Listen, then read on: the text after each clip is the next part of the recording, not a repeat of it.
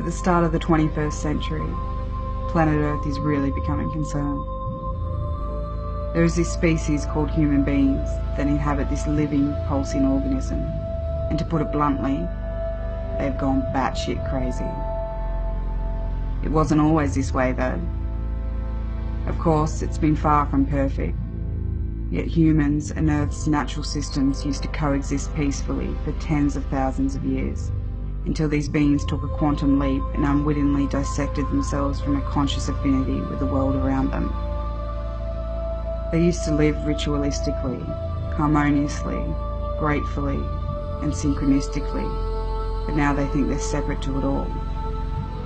They used to have as much respect for their environment as they had for themselves, but now they think they own the Earth. The reality is that many of them just don't understand because they're consumed by the materialistic aspects of life, which has resulted in them mistakenly believing that they are alone, unloved, and missing something. How confused and spiritually poor they are. The collective consciousness of humanity resonates with their mother's frequency, so she feels and experiences everything that they do. She wakes up each morning to these little rebels, not just disrespecting her, but themselves too. Ever since they've advanced at agriculture, they've achieved some impressive feats, such as the industrial, scientific, technological, digital, and informational revolutions, but they haven't even got close to putting that advancement to good use. They continue to ideologically divide between one another, which has resulted with continuous fighting over power and resources, including full-blown warfare. The fulfillment of their selfish and downright dirty desires is unfortunately put before the best interests of their fellow man. Ironically, very few of them have actually found true inner peace in their lives as well, even when they have more knowledge, opportunity and capability than ever before. The human species simply lacks wisdom on a widespread scale. Another tragic aspect to the reality they've created is that the systems they've designed are subjecting a growing number of them to poverty and other socio-economic disadvantage. This was improving up until the last half a century, but now that trend has reversed. A huge proportion of these beautiful creatures struggle to eat, let alone shelter themselves from the intense bodily processes that Mother Earth subjects them to. It's madness, pure madness. If only they knew that they could create economic and social systems that benefit all of them, not just the self-appointed ruling class. Mother Earth knows how ridiculous all this is.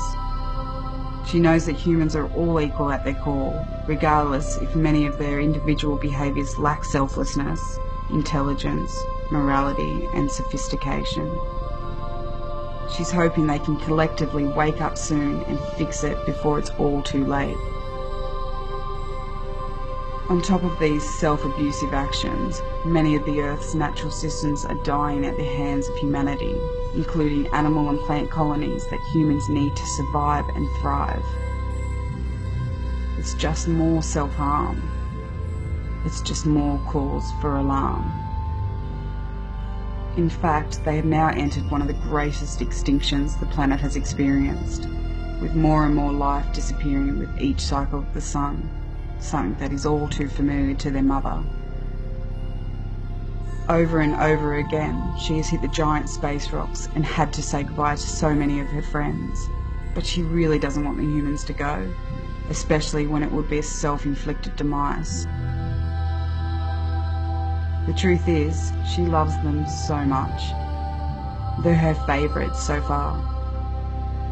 She thinks they're loving, funny, smart, creative, magical and adventurous creatures, and she regularly communicates with many of them who have learned the language that she speaks. Even though many are behaving terribly, she doesn't think that they are cancerous. She knows that it's just particular social designs that are a cancer to their entire future. If only they'd heal these tumours, they could come back into balance with her once again and live a happy, healthy and honourable life together. She feels a little sad though, because she can't do anything else to help except vibrate her beating heart. After all the changes she has gone through and all the little mates that have come and gone, she feels closer to the humans than anything before. They understand her more deeply than any of her other friends did. She really doesn't want them to leave, but she knows if they continue the way they've been going, she'll have to say goodbye. They've still got some time up their sleeves though, so she's got faith they'll get their shit together, overcome their differences, and finally unite. Because after all, if they so choose, they can have the peaceful and fruitful future that all of their hearts secretly dream of.